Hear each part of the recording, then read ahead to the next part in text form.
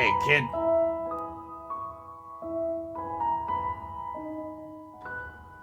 Yeah, you.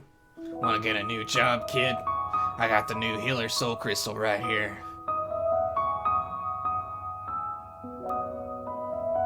What? No, it's not some discount scholar. They got spells like cardio what help you heal while you do damage. Can your scholar do that?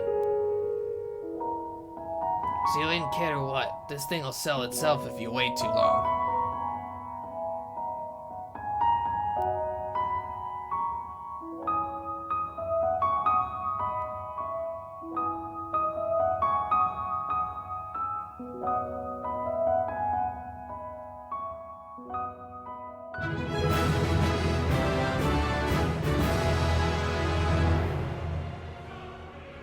Hello everyone, I'm Hysterium, and today we're talking about Sage. We'll go over the basics of how your spells work and hopefully get familiar with when to use them. First and foremost, this isn't a video about theory crafting or min-maxing your Sage. I'm just going to go over what your spells do and what rotations have helped me thus far. We'll talk about damage rotations, healing rotations, and how Toxicon works. Guess that vendor sold me a bad soul crystal after all.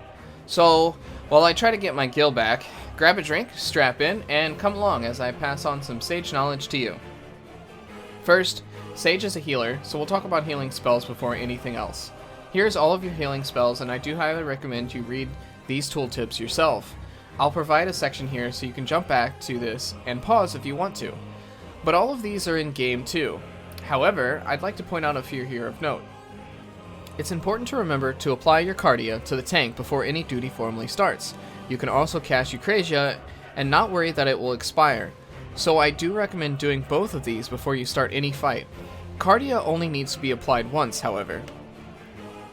Diagnosis is similar to Cure on White Mage and just restores target HP only. However, combined with Eucrasia, you'll get a shield spell that is effectively the same thing as an Adloquium on Scholar. This is an important ability and should be put on your tank first and foremost.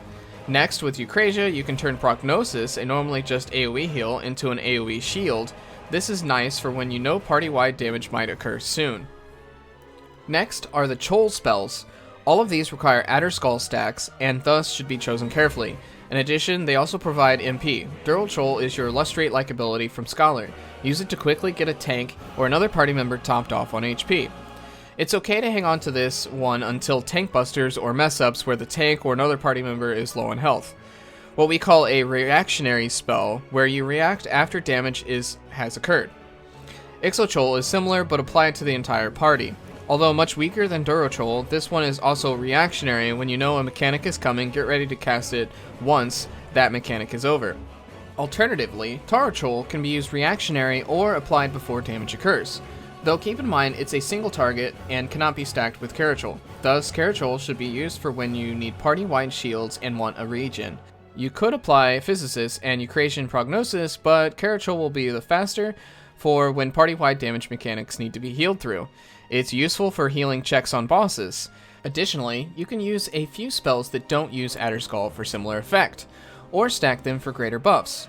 Holos can be used in place of Carachol, but note that it has a recast time of 120 seconds instead of the 30 seconds on Carachol. Note that it doesn't heal via a regen, so its HP restored is immediate. A use for this one is definitely for healing check mechanics when you know further damage may occur after the first hit to the party. When you just need a regen, though, you can use Physicist. It's a regen with a cast time of 60 seconds. Finally, it's important to keep in mind you also have Haima and Panhaima. Haima being the single target shield and Panhaima its party-wide variant. Haima has 5 stacks that replenish whenever one shield is broken. You can stack these with any of your other shield spells and should do so when you need the extra shields. You can also just apply them for the fun of it, but keep in mind they have a rather long 2-minute cooldown. Things you can do for more healing potency are Krasis and Zoe, as well as Sorteria. Note that Krasis can actually be applied to a party member like a tank and should be done if you want more healing on that target. Zoe is directed on your target heal spell, so just forget. And lastly, it's important to remember that Sorteria only affects Cardion, and thus should be used when you want to switch to DPSing but need the extra healing. A use for these abilities is when your tank pulls every trash mob they can. Use Krasis on them and use Sorteria so you can go back to helping DPS. Unless you need the extra healing, and then you'll want to prioritize that over DPSing first. Even though Sage is marketed as a healer that does damage to heal, it is important to note that you should focus on preventing damage done to your tank before you return to DPS spells, as Cardia's effect is not as potent or important as direct healing is. Eucrasian Diagnosis should be applied often, but you can weave other shields and spells in. However, after healing concerns are addressed, you can focus your attention on doing damage. If it's a group of mobs, using up your 2 stacks of Legma can help initially until you get a few Adder Stings built up. To build these Adder Stings, you'll need the shield from Eucrasian Diagnosis to break. Once it does, reapply for additional Adder Stings. You can weave in Toxicon at your choice, which, if you keep applying Eucrasian Diagnosis on the tank, it shouldn't be too hard to get the Adder Stings often. Short of that, you can use Disgracia for more AoE damage, but it's weaker than Phlegma and Toxicon, so for the sake of keeping DPS up, you'll want to keep using Toxicon while you wait for Phlegma to recharge, although don't hesitate to throw in a Disgracia if you're waiting for more Adder Stings or Legma. If what you're doing is a trial or boss fight, the first thing you'll want to do immediately after casting Eucrasian Diagnosis is to apply Eucrasian Dosis on the boss. Toxicon isn't as important, but you'll be gaining Adder Stings anyways, so use them when you got them. If you use your shield spells correctly and your tank uses his buffs, you'll often find you will have time to DPS during boss fights. Dosis is okay to use liberally, but Toxicon is useful for an instant cast ability while on the move from AoEs. Other than any of this, DPSing on Sage is pretty straightforward.